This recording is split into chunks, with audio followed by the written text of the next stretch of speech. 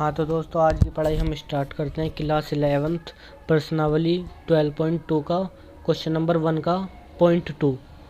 ठीक है, तो फिर इन दोनों बिंदुओं के बीच की दूरी ज्ञात करनी है।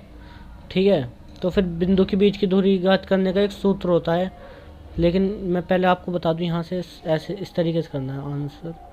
ठीक है, ये पहले आपको एक बिंदु ऐसे कर लेनी है, एक लाइन खींच लेनी है, ये इसको बिंदु ए मान लेना, इसको बिंदु बी मान लेना, कुछ भी मान सकते हो अपनी मर्जी से, कोई दिक्कत नहीं है। तो फिर बिंदु ए का मान क्या है, -3,7,2। ठीक है, ये है बिंदु ए का मान, और ये है बिंदु बी।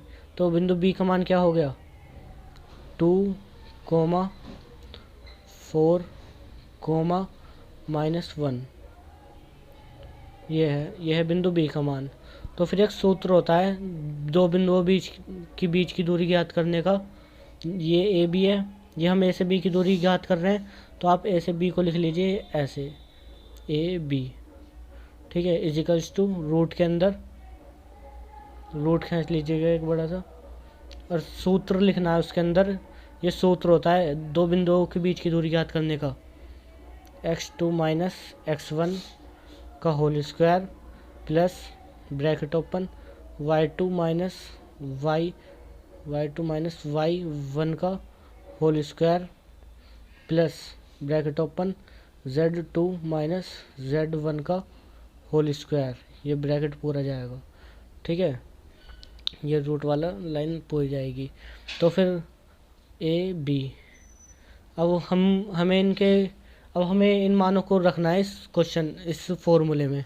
तो फिर ये जो मान है हमारा, ये तो हमारा x1 का मान, ठीक है, कोमा ये है हमारा y1 का मान, कोमा ये हमारा z1 का मान। ठीक है, ये ब्रैकेट क्लोज। ये जो मान दे रखे हैं, पहला मान हमारा x का होगा, दूसरा मान हमारा y का होगा, तीसरा मान हमारा z का होगा। ठीक है, इसमें भी ऐसे ही होएगा, पहला मान हमारा x का होगा, ये वाला मान होगा हमारा x2 का, कोमा ये होगा हमारा y2 का, ये होगा हमारा z2 का। ये z2 का क्यों है, क्योंकि पहली बिंदु तो हमने ये मानी है, तो फिर इनके मान हमने x1 y1 z1 मान लिया, तो फिर इनको हमें x2 y2 z2 मानना होगा। तो फिर अब हम इस सूत्र में इनके मान रख देते हैं जहाँ जहाँ है, जैसे जैसे है। तो हम रूट में,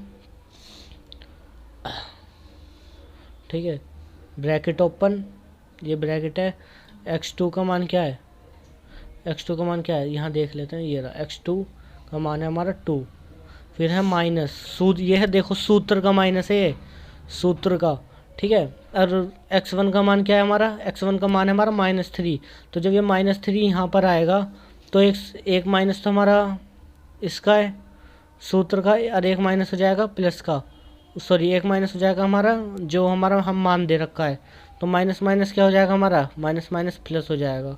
ठीक है, इसलिए 3 का स्क्वायर प्लस y का मान क्या है हमारा, y का मान है y2 का मान हमारा है, y2 का मान है हमारा 4, ये 4। ठीक है, अब माइनस ये हमारा सूत्र का माइनस। फिर y1 का मान क्या है हमारा, ये है ना y1 सूत्र है, y1 का मान क्या है हमारा 7। तो हम 7 को 7 नहीं लिख देंगे, ब्रैकेट क्लोज का स्क्वायर। ठीक है, प्लस ब्रैकेट ओपन z2 का मान क्या है हमारा -1। ठीक है, फिर ये सूत्र का माइनस।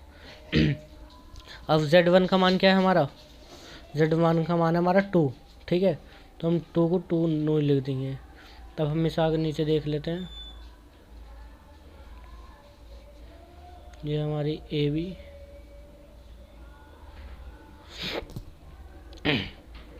ये 2 और 3 5 का स्क्वायर प्लस ब्रैकेट ओपन -7 में से 4 जाएंगे, क्या बचेंगे -3 का स्क्वायर।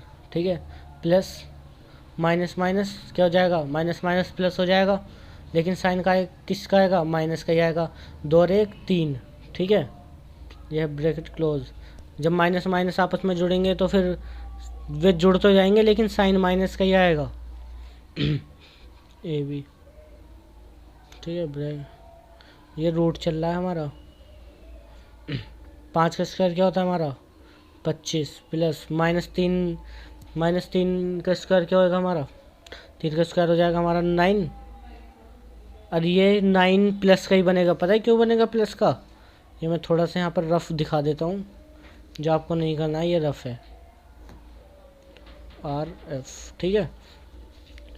तो फिर ये प्लस का कैसे हो गया? जब हम ये हमारा -3 के ऊपर स्क्वायर लग रहा है, ठीक है। तो फिर इसका मतलब क्या है स्क्वायर का? -3 की मल्टीप्लाई -3 से ही करनी है।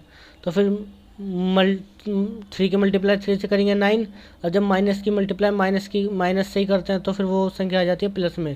तो हम प्लस को लिखने की ज़रूरत ही नहीं है। तो फिर ये डायरेक्ट हमने 9 लिख दिया, ठीक है। और ये सूत्र का चल ही रहा है। और ये प्लस इसी तरीके से ये माइनस, यहाँ पे भी -3 का स्क्वायर हुआ था, यहाँ पे भी -3 का स्क्वायर, जो कि हमारा 9, ठीक है। अब 9 और 9 18 और 25 देख लेते हैं। 25 18 ये 13 बन गया कैरी, 43 हो गया हमारा, ठीक है। 43। अब हम 43 को रूट में से कैसे निकालें देखते हैं। 43 कोई से टेबल में आता है? नहीं आता। तो फिर इसलिए ये नोई का नोई रहेगा।